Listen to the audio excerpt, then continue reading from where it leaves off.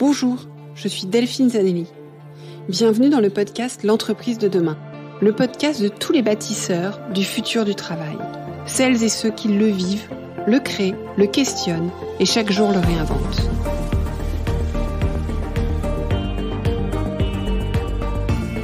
Une entreprise plus vertueuse et soucieuse de son impact social pour une société meilleure.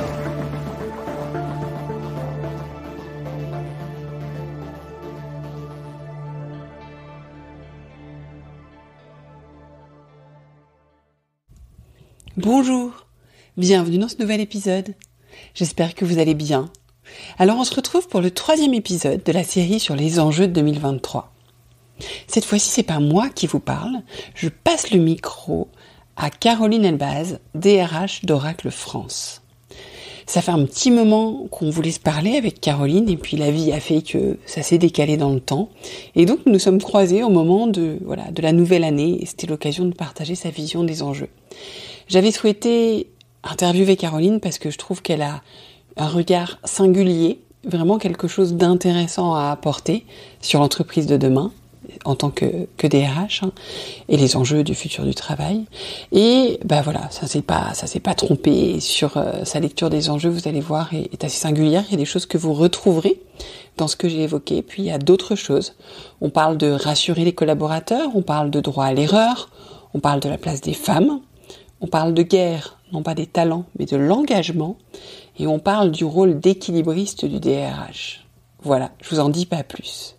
Et avant de retrouver la conversation, je voulais vous rappeler que le podcast a maintenant une newsletter, que vous pouvez vous abonner en allant cliquer dans les liens de l'épisode, et que cette newsletter, elle vous permet d'en savoir plus sur les coulisses du podcast, d'avoir des sources d'inspiration complémentaires, de retrouver aussi les notes de certains morceaux des épisodes pour avoir des traces écrites et plein d'autres choses. Je vous souhaite un bon épisode, une bonne écoute et je vous dis à bientôt. Bonjour Caroline. Bonjour Delphine, ravie de vous voir et d'être venue jusqu'à chez nous, c'est super sympa. Eh bien merci, c'est un plaisir. Je voulais vous poser des questions pour ce début d'année. Je voulais savoir, donc pour vous, DRH, quelle était votre vision des enjeux 2023 dans le domaine des ressources humaines dans l'entreprise ? Alors, 2023, nouvelle année, qui est quand même une année un petit peu forte en événements économiques, on a eu la guerre, on a ces sujets-là, l'inflation. Les gens sont quand même dans une logique pas forcément rassurante. Donc notre enjeu RH va être de rassurer nos collaborateurs et de continuer sur finalement ce qu'on a déjà commencé après le Covid, à savoir le future of work, c'est-à-dire la nouvelle façon de travailler, puisqu'on a eu un gros changement culturel, un tsunami avec le télétravail.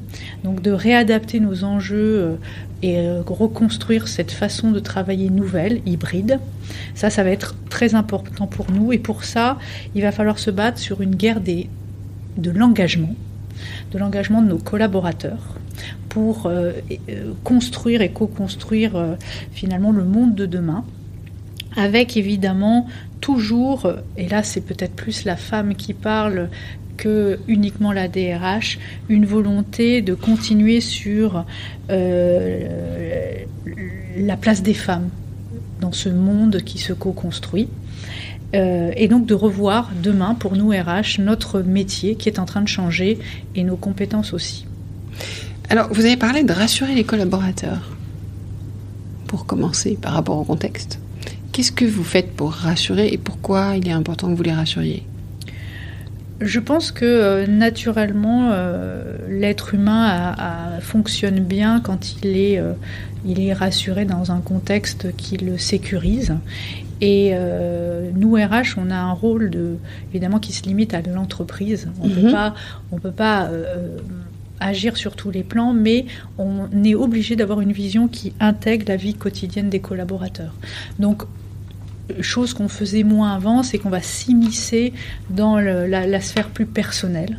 Et donc, offrir à nos collaborateurs une sécurité au niveau financier, donc des aides qui peuvent, en cas de coup dur, être un appui, de l'assurance, les mutuelles, le médical, la conciergerie, la possibilité d'avoir des soutiens juridiques, une sécurité de l'emploi le plus possible avec une transparence sur ces sujets-là, leur donner les moyens de rebondir si ce n'est pas le cas avec des outplacements. Voilà, tout ce qui va permettre aux collaborateurs d'avoir une vision, de savoir où il va et de tout mettre en œuvre au niveau ce que j'appelle les services qu'on propose aux collaborateurs, de l'assurance, de la mutuelle, du médical, du financier, de la parentalité, tout ce qui va les aider et les sécuriser à appréhender les enjeux de 2023. Donc là, vous parlez de la sécurité matérielle aussi, et vous me faites penser au sujet de la sécurité psychologique. Je pense qu'aujourd'hui, le sujet de la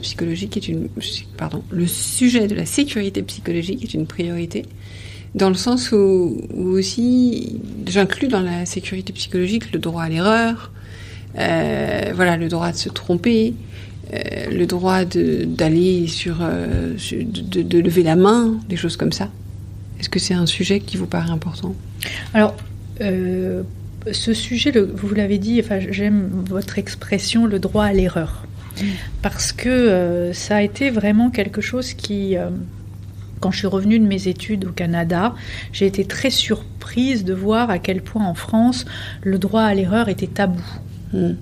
Parce que finalement, quand on se trompe, alors peut-être c'est notre scolarité où on met des notes, ou quand on n'est pas bon élève, on est exclu. Il y a peut-être un système, c'est Descartes et sa manière de on est ou on n'est pas, qui fait que culturellement on est comme ça. Mais ayant été formé au Canada sur les méthodes de management, la critique, donc le droit à l'erreur, positive comme négative, est un apprentissage.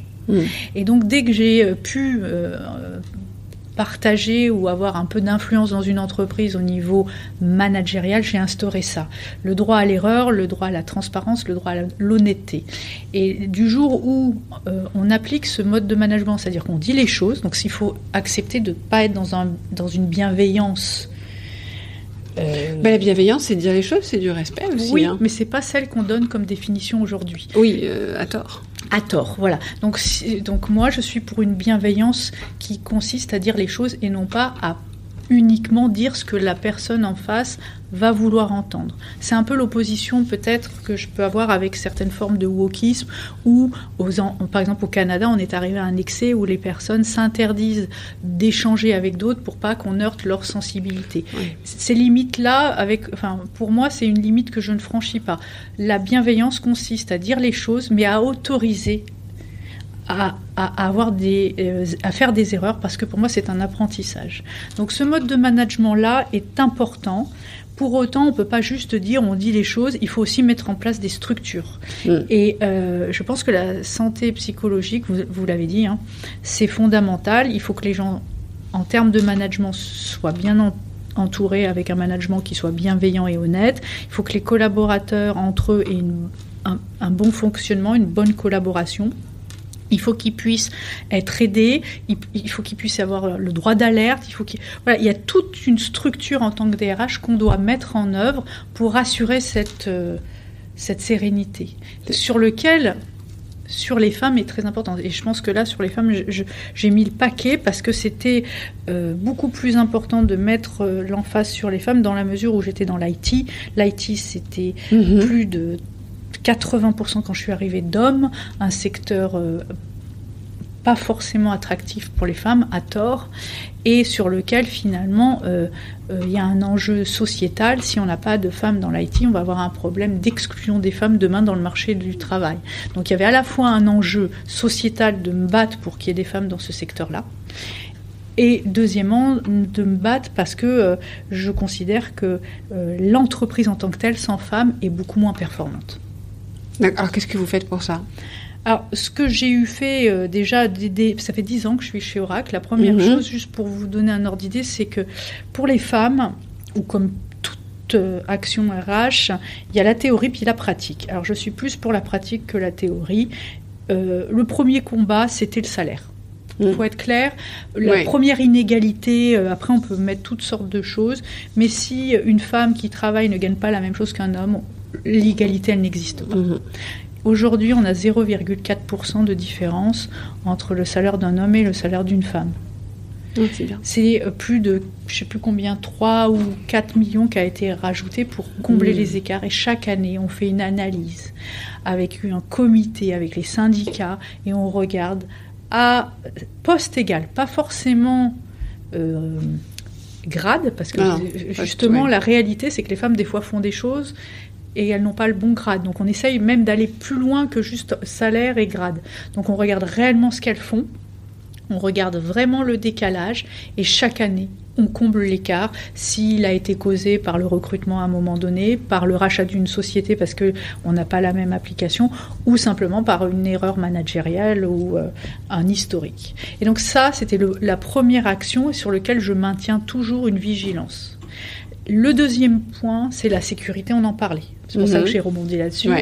À savoir qu'une femme, si elle travaille et qu'elle ne se sent pas en sécurité, c'est pas possible. Elle va se retenir, elle va pas donner le meilleur d'elle-même. Donc tout ce qui a été comportement sexiste, machiste, j'y suis allée personnellement et j'ai fait la chasse à ces types de comportements, et les actions, je dirais, disciplinaires adaptées ont été mises en œuvre. Donc on sait qu'aujourd'hui la DRH chez Oracle n'aime pas ce genre de choses, et il y a un respect de la femme. Et c'est très important que les gens... Voilà, il y a un soutien, les femmes peuvent venir me voir, elles viennent parfois.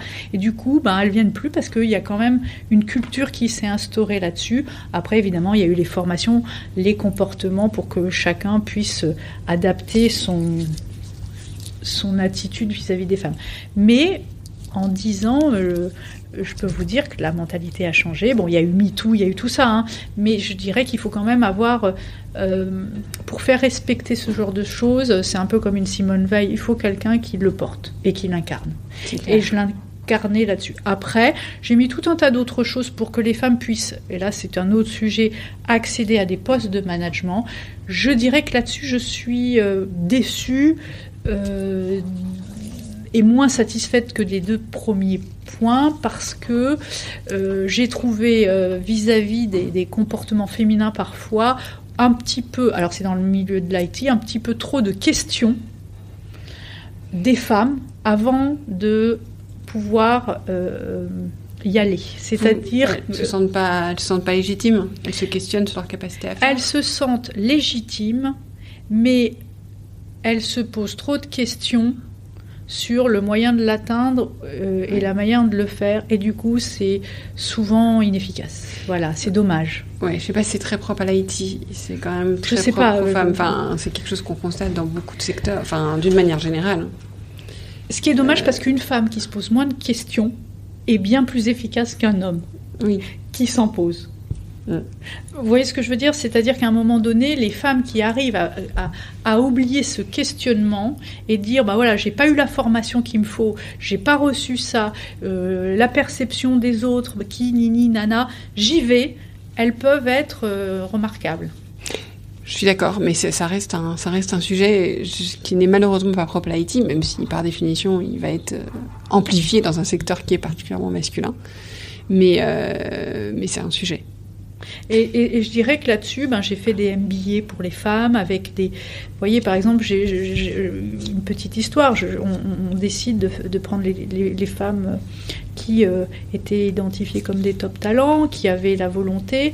On fait un MBA cousu main pour leur donner finalement le bon vocabulaire, les bonnes compétences, les bons moyens, le bon coaching. Et dans la formation pour diplômantes d'une école de commerce, on leur dit, voilà, en fin de diplôme, on vous demande de nous présenter au comité de direction le projet que vous avez décidé de mener devant le comité de direction. Eh bien, ça a été impossible, parce qu'elles ont toutes eu une appréhension de le faire, que c'était qu'est-ce qui allait se passer après, le jugement, etc. Et elles n'ont pas voulu le faire. C'est dommage. Voilà, donc je dirais que je dirais d'une manière générale une égalité financière qui a bien fonctionné, qui est plutôt satisfaisante.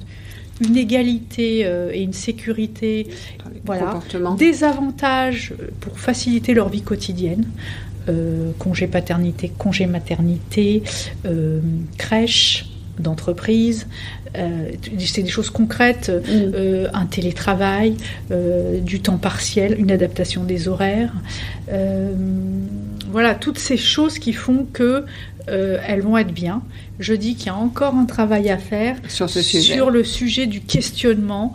Alors c'est pour ça qu'il faut aller dans les écoles, et on fait du coding, on donne beaucoup d'outils pour qu'elles soient aussi à l'aise et aussi finalement heureuses de faire de l'informatique que les hommes, hein, que c'est pas. Mais on n'a pas encore, et c'est cet axe d'amélioration pour 2023 qu'il va falloir encore œuvrer fortement. Et vous parliez de la guerre de l'engagement aussi comme axe pour 2023. Oui, alors souvent on a entendu la guerre des talents. Parce que avec le changement finalement de dynamique après le Covid, les personnes se sont posées des questions. Est-ce que je reste travailler à Paris ? Est-ce que je vais vivre à Nice et en télétravail ? Et est-ce que finalement le sens de mon travail est satisfaisant ? Est-ce que je reste chez cet employeur ou je change ? Et puis finalement, il y a plusieurs employeurs. Et puis, j'ai le choix, etc., etc. Donc, beaucoup de mes collègues RH ont souffert de la guerre des talents avec des difficultés à trouver des talents. Et c'était un sujet. Nous, en IT, c'est un peu différent, excepté sur des compétences particulière où il y a une rareté, notamment au niveau des ingénieurs. Mais d'une manière générale, l'enjeu aujourd'hui, c'est plus non pas d'avoir des gens formés ou compétents, bien que ça fasse partie mais c'est d'avoir des gens engagés qui ont et qui donnent d'eux-mêmes et qui sont et qui puissent faire les choses avec conviction, avec finalement ce qu'ils sont réellement. Donc engagé, ça veut dire, par rapport à ce que vous dites, agir avec conviction, agir avec... de ne plus... Alors, c'est d'être et de donner le meilleur d'eux-mêmes. Le meilleur d'eux-mêmes, c'est pas uniquement une compétence. Je vais vous donner un exemple. Mon gâteau est très bon parce qu'il est fait avec amour. On peut faire un gâteau techniquement parfait. Donc on est sur les compétences. Ça a été un sujet RH, d'avoir la bonne compétence, d'avoir le bon niveau de technicité. Alors bien sûr, si on n'est pas technique, ça ne va pas. Mais aujourd'hui, on a des gens bien formés quand même, qui ont accès à beaucoup de choses avec l'Internet. C'est clair. Voilà, donc je dirais que la compétence ou la connaissance est beaucoup plus facile d'accès qu'elle ne fut il y a une vingtaine d'années. Aujourd'hui, on arrive à être capable de bricoler un vélo parce qu'on regarde un tuto et puis on se débrouille, alors qu'avant, c'était plus compliqué. On arrive à acquérir des connaissances en lisant. Voilà, la compétence, et si on a envie d'apprendre, on y arrive. Et puis, on a souvent, en tout cas dans l'IT, des gens qui ont un bon niveau d'études, donc des compétences. Le problème n'est pas donc la technique, mais ça va être l'engagement, parce qu'on est sur de la valeur ajoutée, on est sur de la créativité, on est sur du collaboratif, on est sur du travail d'équipe. Et quand vous travaillez avec des gens qui ont envie, qui sont contents, qui donnent le meilleur d'eux-mêmes, même si c'est pas la perfection, ils donnent du plaisir, les autres ont envie, ils viennent travailler avec conviction, et quand ils vont voir leurs clients, ils ont le sourire aux lèvres, et ça le fait. Et en fait, je crois à ça, les gens ont envie d'honnêteté, de simplicité, de choses vraies. On n'est plus dans la compétence, la technicité, voilà, on a envie aussi d'avoir des bons moments, et quand on reçoit un client, ou quand on reçoit un commercial, ou quand on va voir un médecin, ou quand on va dans un fromager. Pourquoi on va chez un fromager du coin ? Parce qu'il aime son métier, et peut-être que les fromages sont un peu plus chers, ou peut-être pas toujours aussi bons parce que c'est pas un standard industriel, mais juste pour ce moment d'échange et de plaisir, on y va. Et moi, je crois beaucoup, quand je dis l'engagement, c'est ça, c'est l'enjeu de 2023 et des années qui vont venir. Alors, je partage complètement, et ça fait écho aux échanges que j'avais lors d'une conférence ce matin, justement, que je ne vais pas développer ici, mais je pense que c'est un sujet majeur. Mais du coup, comment vous faites ? Vous pour vous assurer d'engager ses collaborateurs? Alors, comment on fait? Alors, ça a été un vrai sujet de réflexion avec le Covid. Parce qu'en fait, on était dans une démarche et on était en travail quasiment... 90% des collaborateurs étaient en travail présentiel. Subitement, grand frein, on passe tous pendant 2 ans en télétravail. Donc on s'est retrouvés sans se voir. Et donc, quand vous n'avez plus de contact avec vos équipes, physiquement, je parle, plus d'échanges, que tout se fait par Zoom, et que votre DG vous dit on a un problème parce que les gens ils ont perdu leur repère, ils ont perdu le sens du travail, il va falloir travailler sur la manière de créer un collectif à distance. Donc ça a été finalement les premiers pas dans ce monde un peu nouveau, c'est comment crée-t-on du collectif à distance. Donc c'est là où on a commencé à se poser des questions, où on a travaillé sur le retour au bureau, où on s'est posé la question du contrat managérial, du travail d'équipe, des modes de management, de la manière dont les gens doivent travailler quand ils reviennent sur site. Est-ce qu'on tolère qu'ils soient à distance? Est-ce qu'on ne perd pas l'efficacité? Donc toutes ces questions, ça a été un chemin qui a duré 1 an et demi en télétravail, puis avec un cabinet de conseil, puis avec les syndicats. Donc on a créé un collectif pour réfléchir sur cette question. Ce qu'il en sort aujourd'hui, c'est que le télétravail est efficace. Donc il ne sera pas exclu, on le garde. On est aussi conscient que du télétravail, c'est la perte du collectif et on perd la créativité et l'engagement. On s'est aperçu que les gens avaient besoin de sens et donc que le management de proximité, le management bienveillant au sens honnête était très important et surtout qu'il y avait un collectif à créer. Et c'est là où je reviens sur le rôle du DRH. En fait, avant, on était dans l'égalité. Maintenant, on est dans l'équité. Avant, on était dans le présentiel. Après, on a été dans le distanciel. Et maintenant, on est dans le présentiel et distanciel.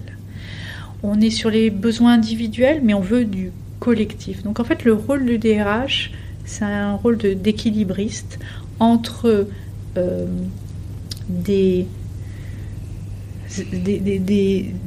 choses complémentaires qu'il faut faire vivre ensemble. Donc, on apprend à trouver des chemins de crête pour faire de l'individu et écouter ses besoins avec tout ce que j'ai pu vous dire, la crèche, l'aménagement de son temps de travail et les facilités, mais en même temps il y a un collectif et dire non, écoute, vous êtes tous là le lundi, je comprends que tu as des besoins personnels le vendredi, mais pour les besoins de l'équipe, tu viendras quand même le lundi avec tes collègues. Donc l'engagement, pour moi, c'est le compromis finalement entre les besoins individuels et les besoins collectifs. Et si on arrive à créer un collectif, on est finalement à donner du sens aux collaborateurs, mais en même temps on le considère comme un individu. Et c'est cette complexité-là qu'il faut apprendre à gérer. Parce qu'on ne peut pas faire l'un ou l'autre, c'est les deux ensemble. Pour l'engagement, il faut un collectif, mais il faut qu'en tant qu'individu, on soit reconnu. Oui, pour notre propre... Et alors, qu'est-ce qui fera pour vous que l'année 2023 sera un succès ?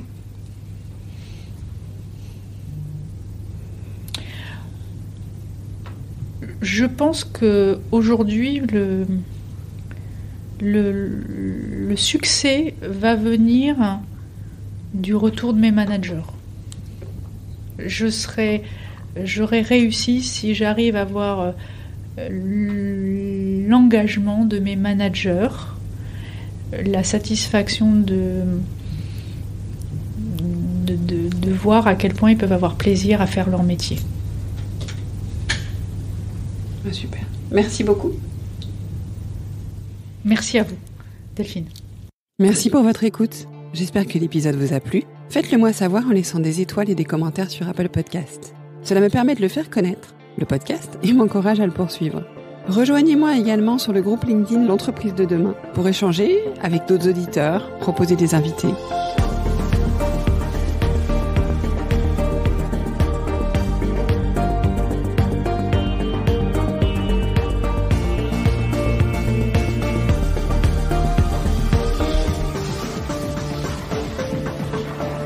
Je vous donne rendez-vous jeudi prochain pour un nouvel épisode. Cette série est produite par Delphine Zanelli et Ose Masterclass. Réalisation sonore Cyril Carillon et au micro Delphine Zanelli.